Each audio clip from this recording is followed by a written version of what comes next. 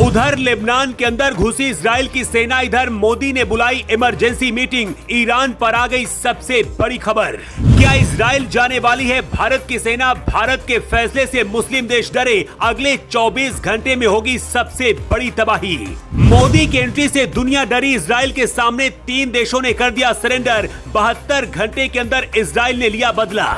इधर जिस वक्त मोदी की इमरजेंसी मीटिंग चल रही थी, उधर इजरायली सेना लेबनान के अंदर घुसकर एक साथ 37 हिजबुल्लाह को धुआं बना दिया। इसमें नसरल्लाह का वारिस सफीउद्दीन मारा गया है। नसरल्लाह के बाद सफीउद्दीन को हिजबुल्लाह का नया सरगना बनाने की तैयारी चल रही थी, लेकिन उससे पहले ही सब खत्म हो गया।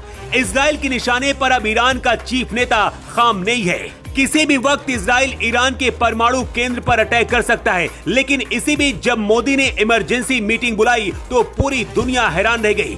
30 सितंबर को मोदी ने नेतन्याहू से फोन पर बात की थी। इसके बाद 2 अक्टूबर को बधाई दी और अब इजराइल के लिए भारत ने ऐसा काम कर दिया है जिसके बारे में जानकर अमेरिका भी हैरान है। मुस्लिम देश भी कह रहे हैं कि भारत का ये बहुत बड़ा कदम है। मोदी कैबिनेट की जो बैठक बुलाई गई उसमें अमित शाह भी शामिल हुए। इसके साथ ही रक्षा मंत्री राजनाथ सिंह, राष्ट्रीय सुरक्षा सलाहकार अजीत डोभाल और एस जयशंकर ने नई रणनीति तैयार की है। मोदी ने अपने दोस्त बेंजामिन नेतन्याहू से 30 सितंबर को फोन पर बातचीत की थी और हालात कैसे हैं पूरी जानकारी भी ली थी। उस दौरान मोदी ने नेतन्याहू से कहा था कि आतंकवाद का दुनिया में कोई स्थान नहीं है, क्षेत्रीय तनाव को रोकने की जरूरत है, लेकिन इजराइल के सभी बंधकों को सुरक्षित रिहा किया जाए, ये भी बहुत जरूरी है।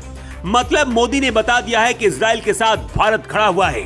भारत का सबसे पहले प्लान इजराइल और ईरान में मौजूद भारतीयों को सुरक्षित करना है। भारतीय विदेश मंत्रालय ने पहली एडवाइजरी जारी कर दी है कि ईरान बिना जरूरत के कोई भी भारतीय न जाए। इसके साथ ही डोभाल और एस जयशंकर सुरक्षा और कूटनीतिक तौर पर काम करना शुरू कर दिया है। मतलब भारत खुलकर इजराइल के साथ भले न खड़ा हो, लेकिन इजराइल के साथ खड़ा है। दावा तो ये भी किया जा रहा है कि बेंजामिन नेतन्याहू से फोन पर मोदी ने जब बात की उस दौरान ये भी भरोसा दिया है कि जरूरत पड़ने पर भारत की सेना भी इजराइल के साथ खड़ी है। वैसे आपकी जानकारी के लिए बता दें कि भारत के करीब 600 जवान पहले से ही इजराइल में मौजूद हैं, जिन्हें यूएन की तरफ से भेजा गया है। लेकिन सबसे खतरनाक जाल अमेरिका ने बिछा दिया है। अगर जरूरत पड़ी तो इजराइल को अमेरिका कैसे बचाएगा? इजराइल के आसपास समुद्र में अमेरिकी सेना पहुंच गई है। मिडिल ईस्ट में अमेरिका के 40,000 सैनिक तैनात हैं। जो बाइडेन और भी सैनिक अब भेजने की तैयारी कर रहे हैं। सैनिकों के साथ अमेरिका ने इजराइल की मदद के लिए F-15, F-16 और F-22 फाइटर विमान भी भेज चुका है। इसके साथ ही A-10 वॉर प्लेन भी अमेरिका इजराइल की मदद के लिए भेज रहा है। अमेरिका के राष्ट्रपति जो बाइडेन ने कहा है, इजराइल की मदद के लिए हम पूरी तरह से तैयार हैं। अमेरिका की सेना इजराइल की रक्षा करेगी।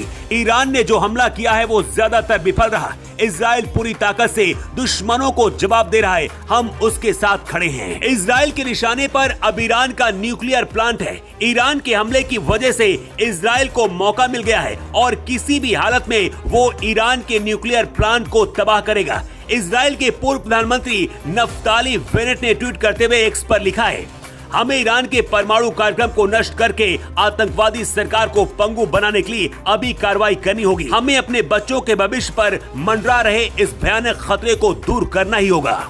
इजराइल के सामने 3 देशों ने सरेंडर कर दिया है। लेबनान, यमन और ईरान की हालत अब खराब हो गई है। लेबनान के अंदर इजराइल घुस चुका है। यमन के हुती विद्रोहियों को इजराइल की सेना तबाह कर रही है और ईरान मर मर के जी रहा है, क्योंकि किसी भी वक्त इजराइल ईरान पर हमला कर देगा। लेकिन सबसे पहले नेतन्याहू इजराइल के सबसे बड़े नेता खामनेई को टारगेट कर रहे हैं, जिसने इजराइल में हमला करने का आदेश दिया था। भारत के साथ हमेशा इजराइल खड़ा रहता है। शायद यही वजह कि मोदी भी अब इजराइल के लिए कुछ बड़ा करने की तैयारी कर रहे हैं। दावा किया जा रहा है कि इजराइल और मिडिल ईस्ट की हालातों पर मोदी ने कई बड़े फैसले पर मुहर लगाई है, जिसका असर अगले कुछ घंटे में दिखना भी शुरू होगा।